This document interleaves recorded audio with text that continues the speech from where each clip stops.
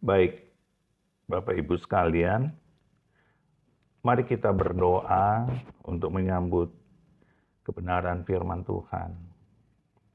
Bapa, di dalam nama Tuhan Yesus, kiranya biarlah kuasa Roh Kudus bekerja di tengah-tengah kami, celikkan mata rohani kami, supaya kami dapat mengerti kebenaran firman-Mu, dan biarlah kuasa Roh Kudus memampukan kami untuk berjalan di dalam kebenaran firman-Mu, supaya kami tidak jatuh ke dalam dosa dan pelanggaran, tetapi kami hidup berkenan kepadamu. Terima kasih Bapa, berkuasalah Roh Tuhan di tengah-tengah kami, memberkati anak-anak-Mu, kekasih-kekasih hati-Mu dalam persekutuan doa ekumene seluruh Indonesia dari BPKP ini ya Bapa. Di dalam nama Tuhan Yesus, kami siap mendengarkan sebagian daripada renungan firman-Mu. Haleluya, haleluya. Amin, amin, amin. Shalom Bapak Ibu sekalian. Salam sejahtera buat kita semua, selamat pagi. Hari ini kita akan belajar dari sebagian firman Tuhan yang terambil dari kitab Roma pasal 8 ayat 1 sampai dengan 10. Demikianlah firman Tuhan. Demikianlah sekarang tidak ada penghukuman bagi mereka yang ada di dalam Kristus. Roh yang memberi hidup telah memerdekakan kamu dalam Kristus dari hukum dosa dan hukum maut. Sebab apa yang tidak mungkin dilakukan hukum Taurat karena tak berdaya oleh daging telah dilakukan oleh Allah dengan jalan mengutus anaknya sendiri dalam daging yang serupa dengan daging yang dikuasai dosa. Karena dosa, ia telah menjatuhkan hukuman atas dosa di dalam daging, supaya tuntutan hukum Taurat digenapi di dalam kita, yang tidak hidup menurut daging, tetapi menurut roh. Sebab mereka yang hidup menurut daging memikirkan hal-hal yang dari daging. Mereka yang hidup menurut roh memikirkan hal-hal yang dari roh. Karena keinginan daging adalah maut, tetapi keinginan roh adalah hidup dan damai sejahtera. Sebab keinginan daging adalah perseteruan terhadap Allah, karena ia tidak takluk kepada hukum Allah. Hal ini memang tidak mungkin baginya. Mereka yang hidup dalam daging tidak mungkin berkenan kepada Allah. Tetapi kamu tidak hidup di dalam daging, melainkan dalam roh. Jika memang roh Allah diam di dalam kamu. Tetapi jika orang tidak memiliki roh Kristus, ia bukan milik Kristus. Tetapi jika Kristus ada di dalam kamu, maka tubuh memang mati karena dosa, tetapi roh adalah kehidupan oleh karena kebenaran. Haleluya, puji Tuhan. Nah, Bapak Ibu sekalian, kenapa ayat ini kita renungkan pada pagi hari ini? Karena Bapak Ibu sekalian, kita sering berhadapan dengan pergumulan, perseteruan dengan diri kita sendiri. Kita sering tidak damai di dalam diri kita karena banyak hal-hal yang bersifat kedagingan muncul di dalam hidup kita. Contoh, kita membenci orang-orang yang sombong, orang-orang yang arogan, orang-orang yang congkak. Tetapi ternyata berdasarkan pengalaman saya melayani orang-orang yang bermasalah, orang sombong benci dengan orang sombong. Jadi ternyata kalau kita terlalu mudah melihat orang itu sombong, ternyata hal yang demikian itu ada di dalam kita. Lalu kenapa kita kok bisa dikategorikan sebagai orang sombong, padahal kita membenci kesombongan? Ternyata saudara, secara kejiwaan, secara psikologis, orang sombong itu membenci kesombongan yang ada di dalam dirinya. Ketika dia membenci hal-hal yang buruk, yang jahat, yang bersifat daging di dalam dirinya, itu ada pada orang lain, maka dia menjadi marah, maka dia menjadi kesal, maka dia menjadi benci. Itu sebabnya sering kita bertemu dengan perseteruan, pertikaian, percideraan, perbantahan di dalam komunitas, di dalam pelayanan, di dalam keluarga, di dalam gereja, di dalam kerabat besar kita, keluarga besar kita. Karena apa? Karena orang-orang yang sombong bertemu dengan orang-orang yang sombong. Maka terjadilah pertikaian. Itu satu. Misalnya kita bertemu dengan orang yang kleptomania. Saudara, sampai sekarang para dokter tidak bisa, para psikiater tidak bisa menyembuhkan orang-orang yang kleptomania. Dan itu sangat sulit.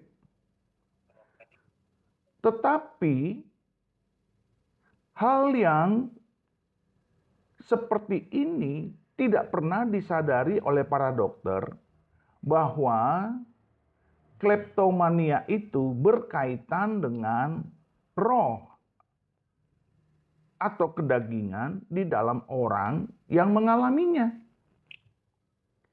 Sehingga sulit sekali untuk disembuhkan walaupun diberi pelatihan, walaupun diberi obat.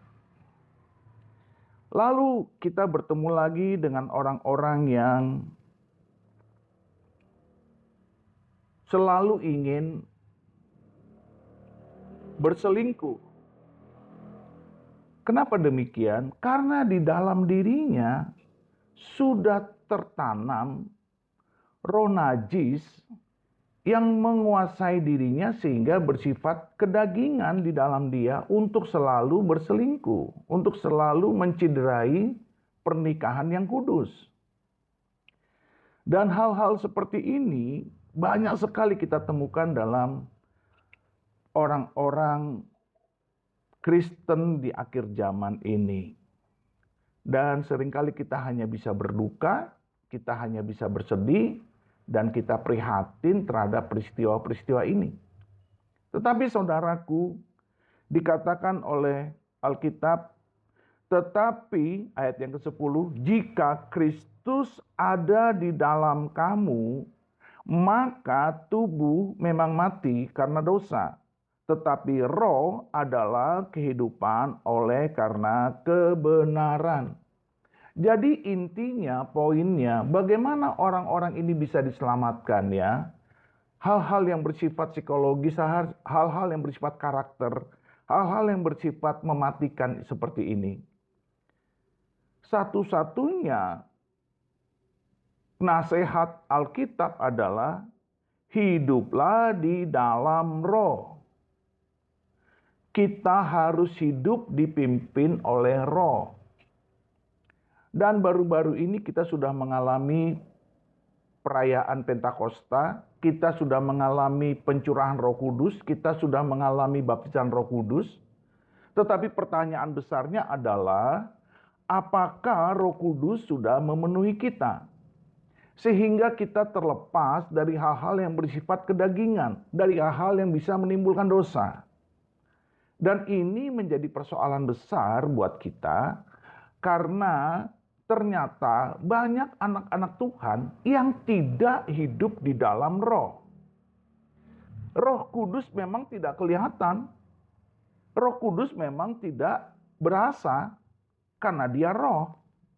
Tetapi Alkitab berkata, karena keinginan daging adalah maut, tetapi keinginan roh adalah hidup dan damai sejahtera. Jadi kalau ada Roh Kudus di dalam kita, maka kita yang pertama sekali merasakan apa? Damai. Kita mengalami sejahtera. Kita mengalami kedamaian yang luar biasa yang tidak pernah kita rasakan. Inilah persoalan yang harus kita alami, bahwa kita hidup di dalam damai sejahtera Allah yang berlimpah-limpah. Dan kita hidup dengan penuh sukacita, hidup dengan penuh keriangan, kegembiraan. Saudara, ketika Yesus berjanji bahwa dia akan mencurahkan Roh Kudus-Nya, dia akan membaptis Roh Kudus ke dalam kita, dia akan memenuhi kita dengan Roh Kudus-Nya. Dia sudah berkata, ya, mari kita lihat di Yohanes 14, saudaraku, ya, kitab Yohanes pasal yang ke-14 dan ke-16, ya. Ayat yang Yohanes 14 ayat yang ke-16 dan 17. Demikianlah firman Tuhan. Aku akan minta kepada Bapa dan Ia akan memberikan kepadamu seorang penolong yang lain, supaya Ia menyertai kamu selama-lamanya, yaitu Roh kebenaran. Dunia tidak dapat menerima Dia sebab dunia tidak melihat Dia dan tidak mengenal Dia. Tetapi kamu mengenal Dia sebab Ia menyertai kamu dan akan diam di dalam kamu. Saudara, dikatakan di situ roh kebenaran. Artinya roh yang akan memimpin kita ke dalam kebenaran. Dan disebut di situ seorang penolong. Jadi artinya jikalau saudara dan saya memiliki kedagingan. Seperti tadi misalnya kesombongan. Seperti tadi misalnya mengalami kleptomania. Seperti tadi misalnya suka berselingkuh. Atau matanya suka jajan, ya, melihat hal-hal yang tidak senonoh, yang bersifat cabul, bersifat pornografi, itu akan mematikan kita. Dan Dia, Roh Kudus ini, akan menuntun kita supaya kita tidak suka, tidak berkenan kepada hal-hal seperti itu. Dia akan menolong kita bagaimana kita bisa bebas dari kecenderungan-kecenderungan negatif ini. Karena Alkitab berkata, hendaklah kamu sempurna sebab Bapamu di surga sempurna. Jadi kalau Tuhan menghendaki kita sempurna, artinya Dia tidak membiarkan kita sendirian. Dia pasti menolong kita bagaimana caranya supaya kita hidup sempurna. Supaya kita hidup di dalam kebenaran. Dia telah memberikan Roh Kudus-Nya, yaitu penghibur, yaitu penolong, untuk menuntun kita di dalam kebenaran yang sejati. Nah, masalahnya kita tidak selalu ingin mendengar suara Roh Kudus yang ada di batin kita, yang telah tinggal di dalam kita. Sebab dikatakan di situ, sebab Ia menyertai kamu dan akan diam di dalam kamu.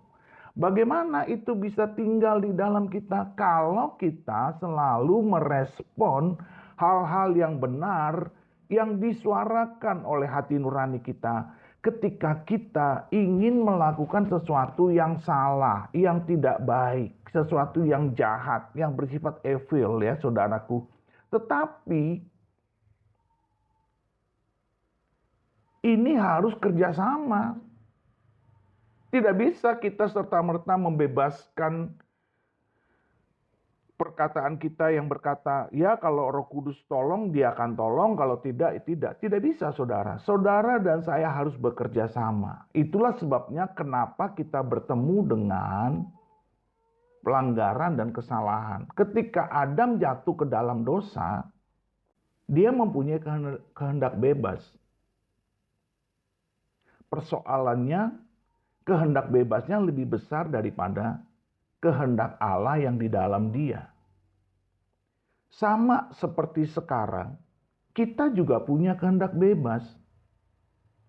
Masalahnya apakah kehendak bebas itu sesuai, menurut, atau tidak menurut kepada Roh Allah yang diam di dalam kita.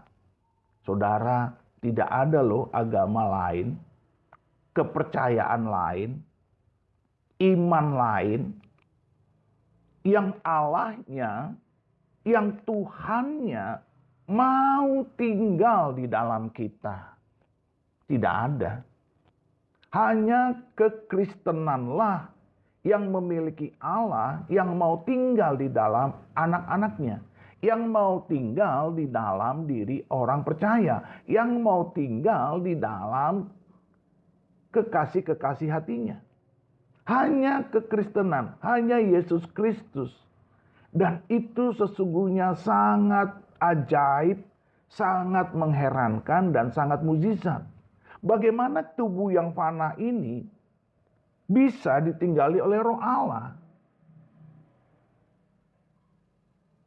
Sebab Ia menyertai kamu dan akan diam di dalam kamu. Kan keren, saudara. Tidak ada kepercayaan lain seperti ini. Tetapi masalahnya kenapa Roh Allah tidak berkuasa dengan heran, dengan hebat di dalam orang-orang percaya? Karena kita punya kehendak bebas. Seringkali Tuhan sudah menuntun kita di dalam kebenaran, tetapi kita suka mengabaikan. Bagaimana kebenaran itu bisa bekerja di dalam kita? Saudara, hanya ada dua. Satu, Roh Allah yang tinggal di dalam kita, dan yang satu lagi adalah ada firman Allah. Firman Allah itulah yang akan muncul di dalam pikiran kita, di dalam hati kita, mengingatkan kita untuk tidak melakukan pelanggaran, untuk tidak melakukan kesalahan, atau untuk tidak melakukan dosa. Mari kita lihat Yohanes 14 ayat 26. Demikianlah firman Tuhan. Tetapi penghibur, yaitu Roh Kudus, yang akan diutus oleh Bapa dalam namaku. Dialah yang akan mengajarkan segala sesuatu kepadamu. Dan akan mengingatkan kamu akan semua yang telah kukatakan kepadamu. Artinya apa, saudara? Ketika dikatakan di situ, mengajarkan segala sesuatu. Artinya saudara dan saya telah membaca, telah merenungkan firman Tuhan, sabda Tuhan. Lalu sabda Tuhan itu akan diingatkan kembali oleh Roh Kudus di dalam hati kita. Supaya kita tidak melakukan sesuatu yang salah. Dia akan menolong kita, dia akan memberikan kita kekuatan untuk melakukan kebenaran. Dialah yang akan mengajarkan segala sesuatu kepadamu dan akan mengingatkan, mengajarkan dan mengingatkan semua yang telah kukatakan kepadamu. Keren kan, saudara?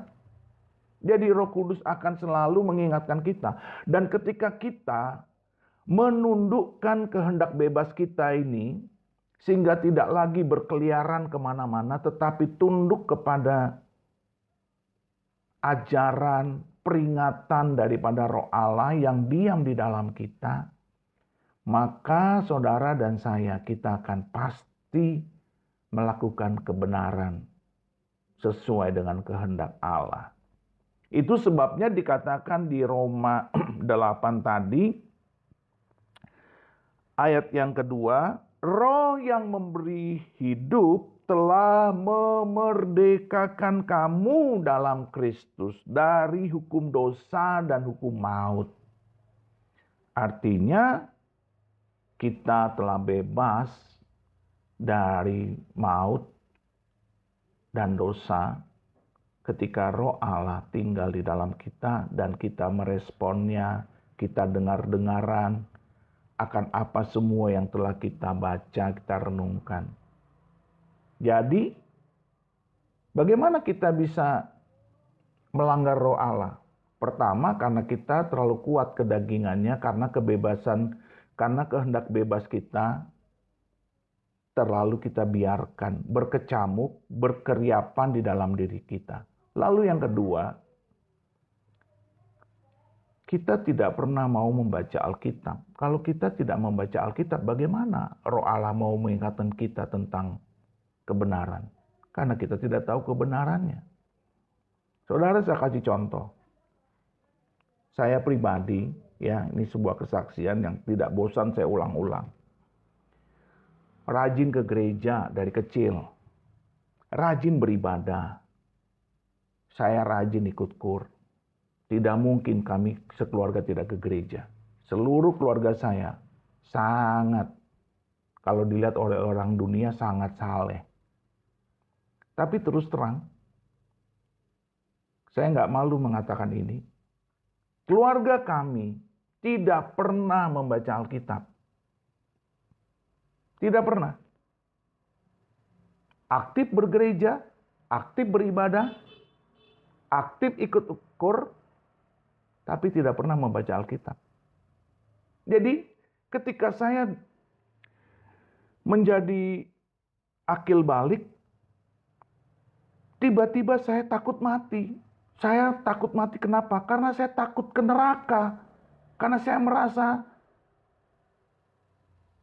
walaupun saya cinta Yesus, saya kenal Tuhan Yesus, tetapi saya kok takut mati.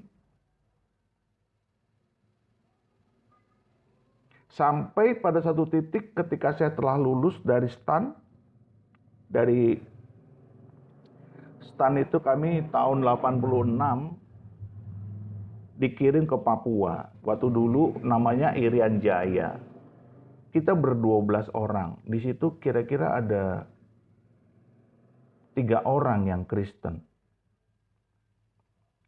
Saudara, karena saya sudah janji, saya akan meninggalkan Jakarta, saya ingin membaca Alkitab yang tidak pernah kami baca. Alkitab keluarga kami. Jadi Alkitab yang berdebu itu, saya lap, saya bersihkan, lalu saya bawa ke Papua. Dan disitulah saya bertemu Yesus. Ketika saya membaca Alkitab, ketika saya membaca dan merenungkannya. Walaupun jujur, pertama kali membaca Alkitab, sampai beberapa bulan itu saya nggak ngerti. Pusing bacanya. Tetapi karena saya punya tekad kuat untuk bisa mengerti maksud Allah. Karena saya bilang kalau saya tidak paham ini Alkitab, saya mungkin akan beragama lain. Tapi karena saya punya kemauan kuat untuk membaca terus Alkitab itu, lama-lama akhirnya Roh Kudus bekerja dan saya mulai mengerti arti kehendak Allah, dan di situ saya paham. Ketika firman Tuhan berkata, "Akulah kebenaran dan hidup. Tidak seorang pun akan sampai kepada Bapa kalau tidak melalui aku. Akulah jalan, kebenaran, dan hidup." Wow, itu keren saudara. Itu membebaskan. Itu betul-betul memerdekakan. Sejak itu saya tidak pernah takut. Saya percaya kalau saya mati hari itu juga, saya pasti ke surga. Dan sampai sekarang kekuatan itu, iman itu tidak pernah luntur dari hidup saya. Dan saya berjanji sama Tuhan, saya akan hidup sungguh-sungguh kepada Dia. Itu kemerdekaan yang membebaskan saudara. Karena Roh Allah turun atas saya ketika saya bilang, "Tuhan, saya mau mengenal Engkau lebih dalam." Dan malam-malam selanjutnya sejak itu saudaraku, setelah beberapa bulan saya dijamah Tuhan, itu malam-malam yang betul-betul saya merasakan betapa nikmatnya berdoa, betapa nikmatnya membaca Alkitab, betapa nikmatnya merenungkan firman Tuhan. Saya selalu merindukan hal-hal yang intim dengan Tuhan. Karena apa? Karena ini adalah pusaka warisan harta karun yang tidak pernah saya rasakan sebelumnya. Dan kebahagiaan saya terbesar adalah ketika saya punya masa depan. Sejak itu saudaraku, saya tidak takut mati, saya tidak takut masa depan, saya tidak takut hal-hal yang membuat saya khawatir. No. Tidak. Saya begitu yakin dengan Tuhan. Karena Roh Kudus sudah menuntun saya, memberikan saya tekad kuat untuk membaca Alkitab. Padahal itu tidak pernah. Tidak ada sejarahnya. Tidak ada sejarahnya keluarga kami membaca Alkitab. Padahal rajin ke gereja. Aneh kan? Saya kira banyak keluarga Kristen seperti itu. Dan gara-gara itulah sampai hari ini, saya nggak pernah ragu akan keselamatan saya. Dan inilah saudara yang ingin saya sampaikan kepada kita semua. Hiduplah di dalam Roh, hiduplah dipimpin Roh, dan jangan biarkan kehendak bebas kita itu meruyak, berkeriapan dengan begitu liarnya sehingga kita melanggar kehendak Allah. Dan Roh Kudus itu adalah roh yang sangat lembut. Kalau kita sudah mengabaikan dia, kita sudah mendukakan dia, sulit untuk kembali lagi saudara. Kenapa? Karena iblis sudah mencengkeram kita. Maut membawa kita untuk mencoba kita masuk ke dalam neraka. Dan itu bahaya kalau kita membiarkan. Mari anak-anak Tuhan, kekasih-kekasih Tuhan yang disayang Tuhan, kita bersyukur bahwa Roh Allah tinggal di dalam kita. Allah yang hebat dan ajaib itu mau tinggal di dalam tubuh yang fana ini, yang penuh daging dan dosa ini. Itulah kemurahan anugerah yang tidak mungkin kita dapat. Tidak mungkin kita bisa lakukan. Tetapi itulah Allah kita. Luar biasa sekali saudara. Tuhan memberkati kita semua dan biarlah renungan singkat ini menjadi berkat kita untuk selama-lamanya. Di dalam nama Bapa dan Roh Kudus, di dalam nama Tuhan Yesus, kami bersyukur dan berterima kasih Bapa untuk segala kebenaran-Mu ini. Terima kasih Tuhan. Di dalam nama Yesus, kami berdoa dan mengucap syukur. Haleluya, haleluya. Amin, amin, amin, amin, amin.